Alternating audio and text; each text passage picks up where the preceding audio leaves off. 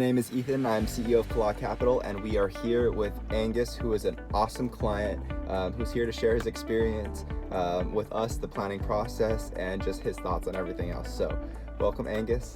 Thanks for doing this with me, bud. Yeah, of course. Would you mind giving us a little bit of background on who you are, what you do? Yeah. So, I'm a first lieutenant in the United States Army. I've lived in Hawaii for about 2 years. So it's fair to say that, that the concept of like financial planning and all those things are still very new to me. So Still a young dude trying to figure it out, but doing really well for himself nonetheless. Yep, pretty much. So currently my job, I'm an executive officer. I'm working at Fort Shafter. So what that means is I help to run the administrative, logistical side, supply chain management, and other components of like an Army company. So cool. So before we met, for you, what was any pain points or struggles that you were going through, or maybe not even struggles, but the things that were worrying you about your money that really inspired you to take the meeting with me? So I'm the person that really prioritizes like optimization and efficiency. And the thing, like, although I had a good background in finances in my education, I always was uncertain whether I was doing like the best things for me, making the best decisions, if I was like budgeting correctly and all those things. And it was really nice to look for something or someone that could provide me with that like direction. Yeah, dude, like the reality is you're a super smart dude, you're super capable. You could do this yourself if you wanted to. Like, if you really wanted to take the time to do it, you could. But I think at least my takeaway from this is successful people are efficient, and they realize that they have other priorities, other things that they need to do.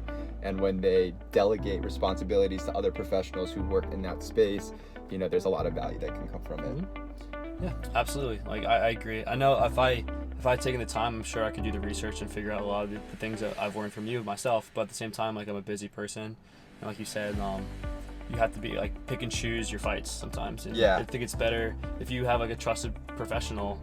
Why not, outsource some things to them if it's going to get the job's going to get done well. Yeah, like choose your battles, but also like use your common sense and your smarts to like make sure that the information that you're getting and you're learning is in line and it totally checks out. So there's a ton of financial advisors out there. It's financial services is a big industry. What for you, I guess, inspired you to actually work with me after we were introduced? Mm-hmm. You're just a very like personable, down-to-earth person. You were very easy to work with, and it was very easy to open up to you about finances. I feel like my strengths and weaknesses, things like that. I think a lot of times I've had friends I've talked to, and they say that it's hard to connect with their financial advisor, or they feel like intimidated by them, or it's hard to be like, completely open and honest about everything.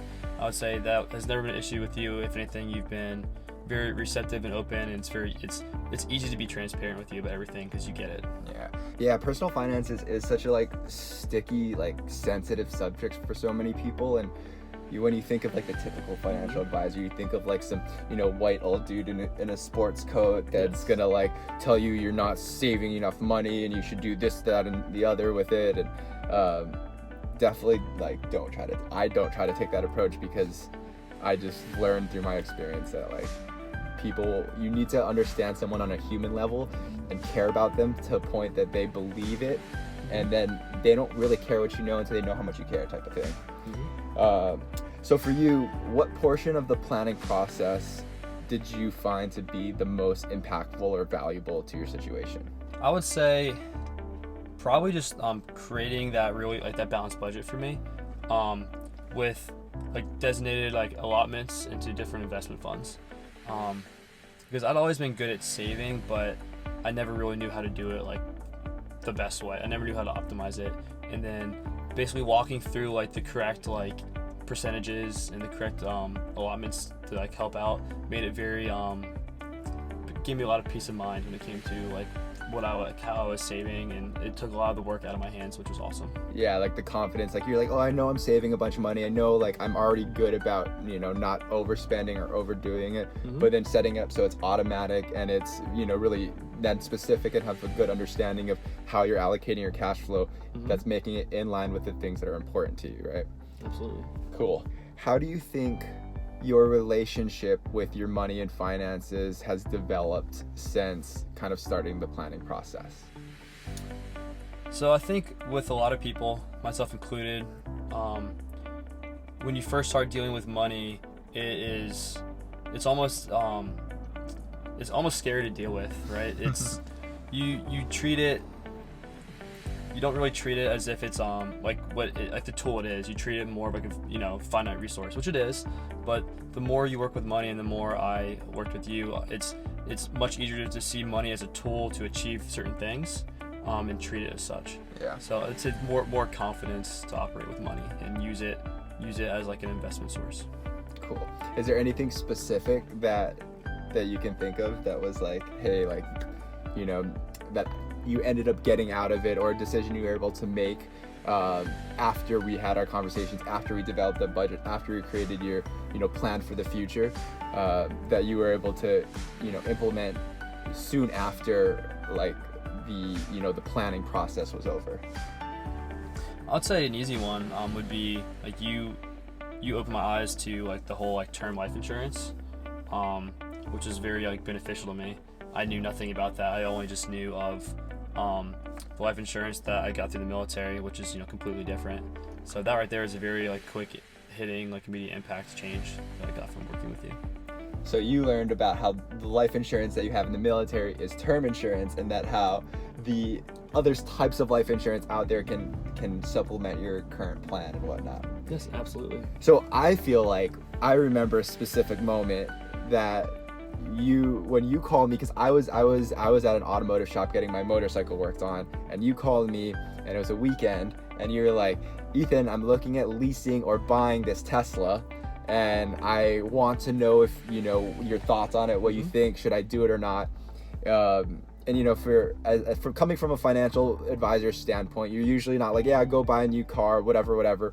But for Angus, like, I understood he had a very good plan. Like, dude's saving way more than the average person towards retirement, has an emergency savings fund that's already built up, has no debts, no bad debts, no debts period, definitely no bad debts, and he's a car guy, and the Tesla fits his like image and his brand, and I would say not a lot of financial advisors did this, but I was like, dude, green light. I think you should do it. Your budget can handle it. It's not like you're going to be giving up, putting money away for your retirement or, future kids' college or whatever. Like, you're already doing that stuff. That should give you the confidence to splurge on the areas in your life that are, when you get to live in the present, because it's all about finding that balance between, living in the here and now and living in the future. Yeah, absolutely. I think confidence is the key word.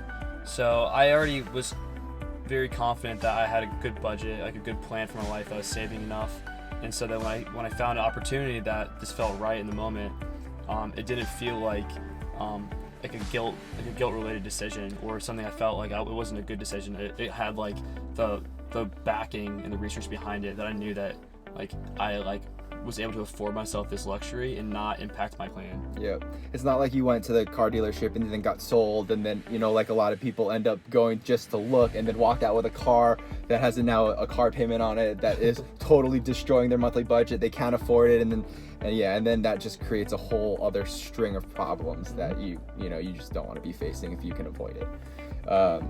So if you were gonna give, I guess, words of wisdom to people who are on the fence about hiring a financial advisor, maybe they thought they wanted to, get additional help, but maybe they're afraid that it's not going to be, what they pay to get, what they pay for help isn't going to outweigh the actual benefit that they get out of it. What would you say to someone who's on the fence like that? I would say that having peace of mind is very underrated and very beneficial. With a lot of things in life, but especially with finances. Being financially secure is one of the biggest stressors I see from people my age and from friends and peers and coworkers, and having that a very set, locked-in budget and financial security offers you to have a lot of flexibility with your life. So whenever you like come across a new opportunity, you don't have to like think about how is this gonna like completely change my plan or whatever. No, like you have the flexibility built into it.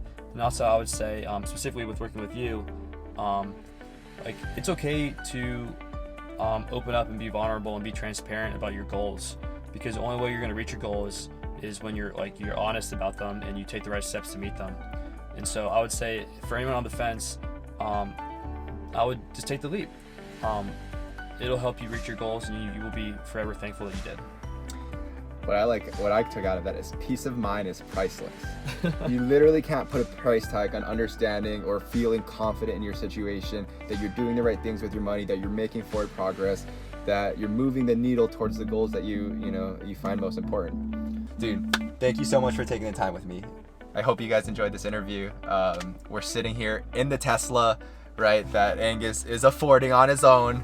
And thanks for joining us. We appreciate it.